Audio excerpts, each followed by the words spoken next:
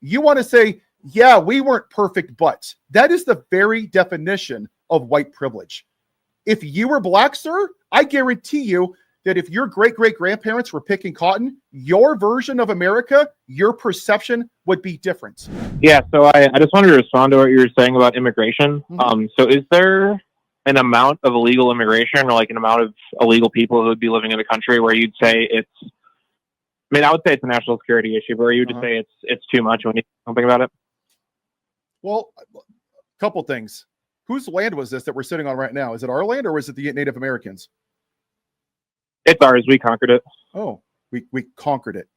Did Mexico own the land all the way up to Utah?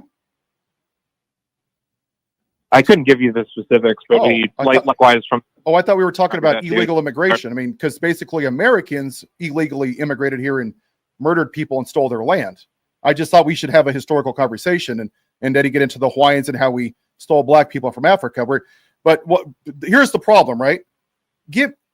How many people... Did you know that 93% of crimes committed in this country, 93% are committed by young white men, U.S. citizens, between the ages of 17 and 25? Well, let's talk about that. Why do you think that is, sir? Because most of the people who live in this country are white. That's why. Okay. So what's your solution to solving the white crime problem in this country? Young men, 93%, by a large margin, it's men, not women. And yet we never vote for a woman because they're too emotional. Yet 93% of gun violence is committed by white men, U.S. citizens. And your question is, what are we going to do about the brown people in the country because it's a crime? Is that what you're saying, sir? No, you were talking about illegal immigration before, so that's why I brought it up. If you want to talk about something else, we can. But I asked you a question and you just pivoted. Well, this is my problem with what's going on with immigration. Okay, the person that's doing this, the people that voted for him. I'm assuming you voted for Trump, right? Yes, sir. Of course you did. So you voted for a convicted felon, an adjudicated rapist, the guy who led to the death of Officer Sitnick and long-term disabilities for other officers, a guy that can't even keep his marriage vows, and you call it on the show and your comment is, what are we going to do about the brown people whose documentation isn't right? Do you see how that's not a serious conversation, sir? Yeah, it is, because we're not talking about Trump's personal life. We're talking about the country. Oh. So morality doesn't matter. As long as you give me cheaper taxes and you demonize the brown people, I'll vote for you. What are you talking? I never said he's a rapist, taxes. Sir. Why wasn't rape a red line for you? One more time, sorry.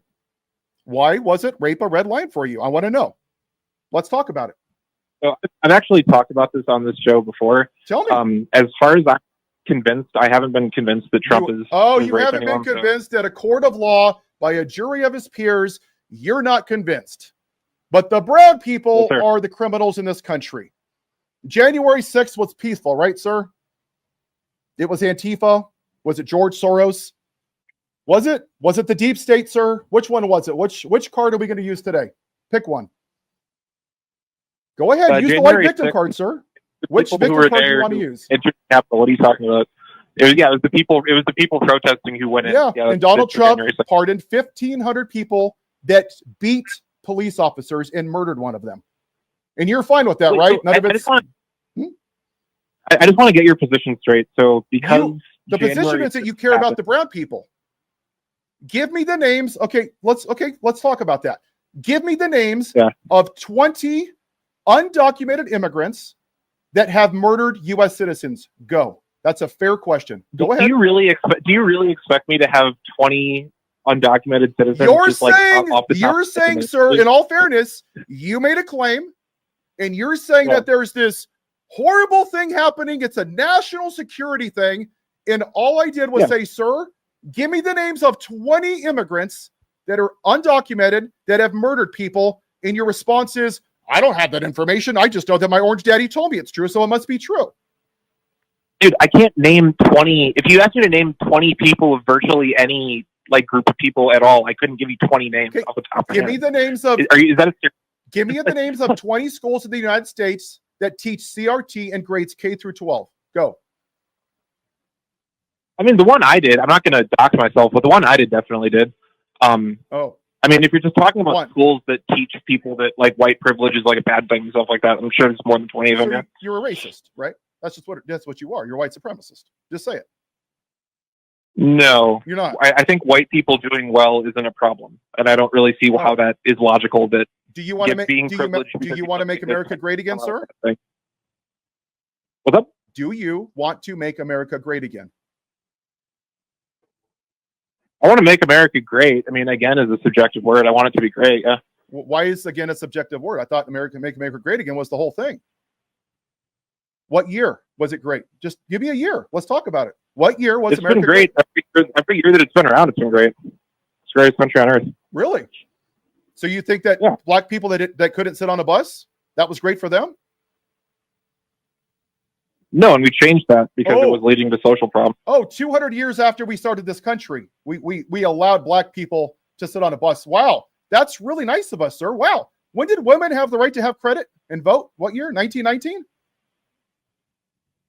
Yeah, that shouldn't have happened in the first place. But it shouldn't have happened in the first place. So whatever. Let's not talk. Let's talk about the 3/5 clause, sir. What do you think about the 3/5 clause? It's an antiquated thing that we don't follow anymore. That's what I think about. What do you think about the founding fathers? What about them? They owned slaves like they were cattle. What do you think about them? Are they heroes or are they racist plantation owners? I think Alexander Hamilton was a good guy. I think George Washington was a good guy. I can't give you all the founding fathers off the top of my head, but who were the only people? So these founding fathers, who were the only people that this country was designed to benefit? There was one group, and what was that one very narrow racist group, sir? Who was it? Who was the group that this country was designed to benefit? Is that what you're asking? It's a very simple question, sir. Who was the group that this country was designed to benefit?